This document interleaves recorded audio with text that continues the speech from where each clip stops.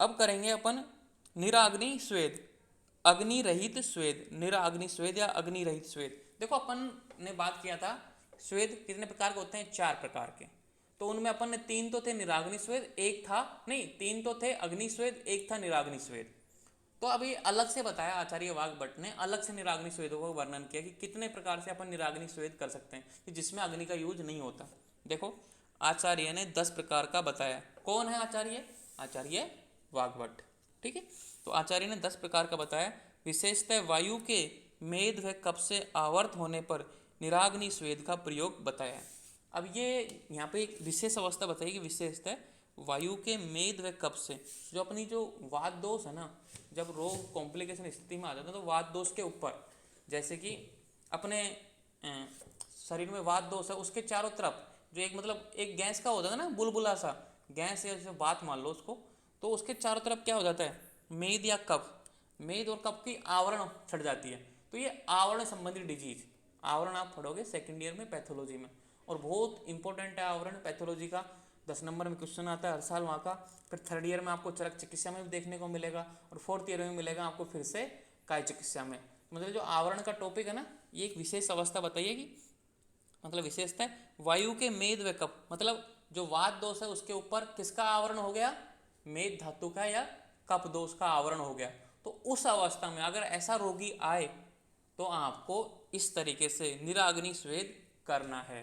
तो ये आवरण युक्त, आवरण बहुत इंपॉर्टेंट टॉपिक है, मैं नाम बता दूं अभी आप याद रख लेना कि आवरण बहुत ज़्यादा इंपॉर्टेंट है, आपको सेकंड ईयर में पढ़ने को मिलेगा फर्स्ट पेपर पैथोलॉजी में। और अब मैं अभी जस्ट स्टार्ट करूँगा सेकंड ईयर के, तब इसको मैं पढ़ाऊँगा आवरण को, क्योंकि आवरण 42 तरह के आवरण होते हैं, बहुत क्लासिफिकेशन है, बहुत डिटेल में, तो बहुत अच्छी तरीके से पढ़ाएंगे उस टॉपिक को। मैं कहने का मतलब ये है कि यहाँ पे वायु जो अपना वात दोष है उसके चारों तरफ एक लेयर हो जाती है, वात दोष की या कफ दोष की। अब जो व्याधि है ना आपको होगी वात दोष की वजह से, लेकिन आपको लगेगा कि ये मेद दोष की वजह से, आपको ऐसा लगेगा कि ये मेद दोष की वजह से या कफ दोष की वजह से, मतलब मेद धातु की वजह से या कफ दोष की वजह से आपको ऐसा लगेगा, लेकिन मेनली व्याधि किसकी वजह से होती है, वात दोष की वजह से। तो आप कंफ्यूज रहते हो कि चिकित्सा किसकी करनी है। लक्षण देखेगा आपको, लक्षण तो इसके दिखेंगे मेद के या कफ के, लेकिन व्याधि किसकी वजह से होती है, वात की वजह से।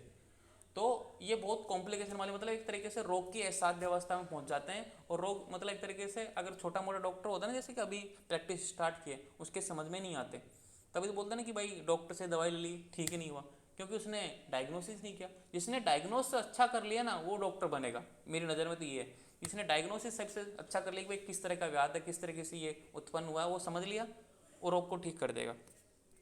तो आचार्य ने 10 प्रकार का बताया। विशेषतः वायु के मेद व कफ से आवर्त होने पर निराग्नि स्वेद का प्रयोग बताया। अगर ऐसी कंडीशन हो तो आपको निराग्नि स्वेद करना चाहिए। वो कितने प्रकार के होते हैं, 10।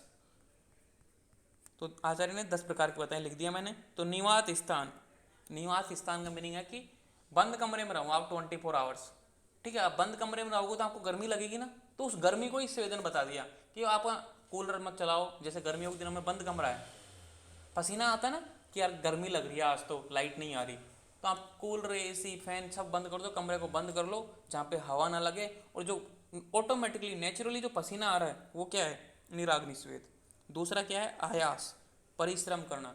जैसे आप परिश्रम करने का मतलब है जैसे गाँवों में देखो करो जो खेतों में काम करते हैं, ठीक है, जैसे कि अभी इस समय बाजरा की फसल हो रही है, मक्के की फसल हो रही है, ठीक है, उनको जो कटाई करने का काम है, पसीने आते रहते हैं, मतलब पसीने एकदम इतना ऐसा इतना ज़्यादा पसीना आएगा, इतना तो स्वेदन में नहीं आता नॉर्मल, इतना ज़्यादा पसीना आता है। कभी मेहनत करके देखो, जैसे जो मजदूर वर्ग के लोग हैं, मकान बनाते हैं, ठीक है, ईंट पत्थर बजरी जो भी ऐसे काम करते हैं, रोड पे काम करते हैं, जो मजदूर वर्ग के काम है, तो परिश्रम, तो उससे भी आपका स्वेदन हो जाएगा। निराग्नि, अग्नि का यूज ही नहीं हो रहा, आपका पसीना बाहर आएगा। तो स्वेदन की परिभाषा ही क्या थी कि पसीने को बाहर निकालना ही स्वेदन है, यस या नो।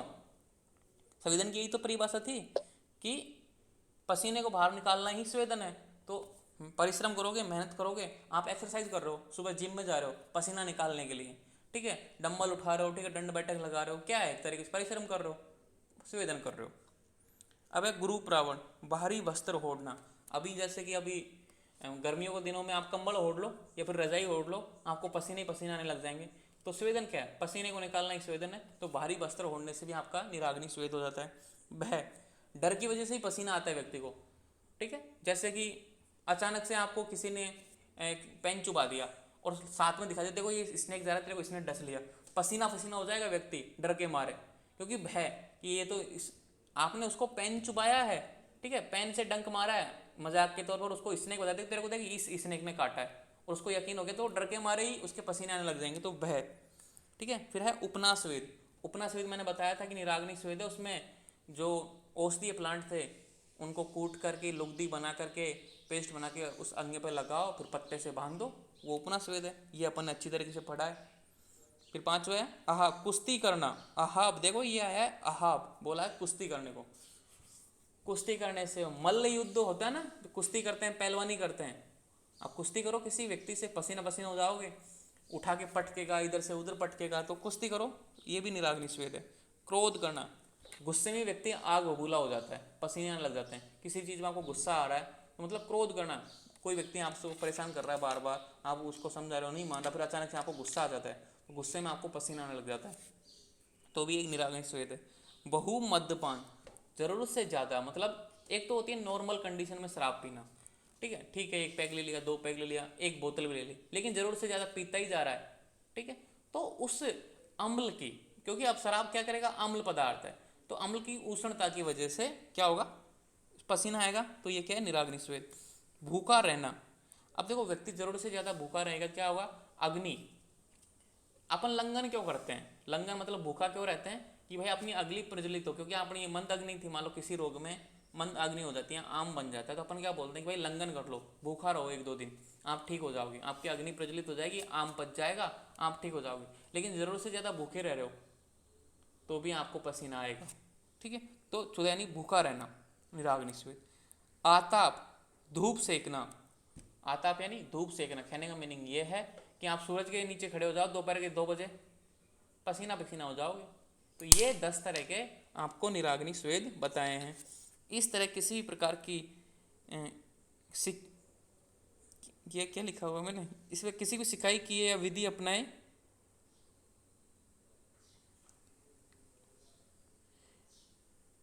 इस तरह किसी भी प्रकार की विधि अपनाए संवेदन क्रम किया जा सकता है। मैं इसको देख लूँगा क्या लिखा है मैंने।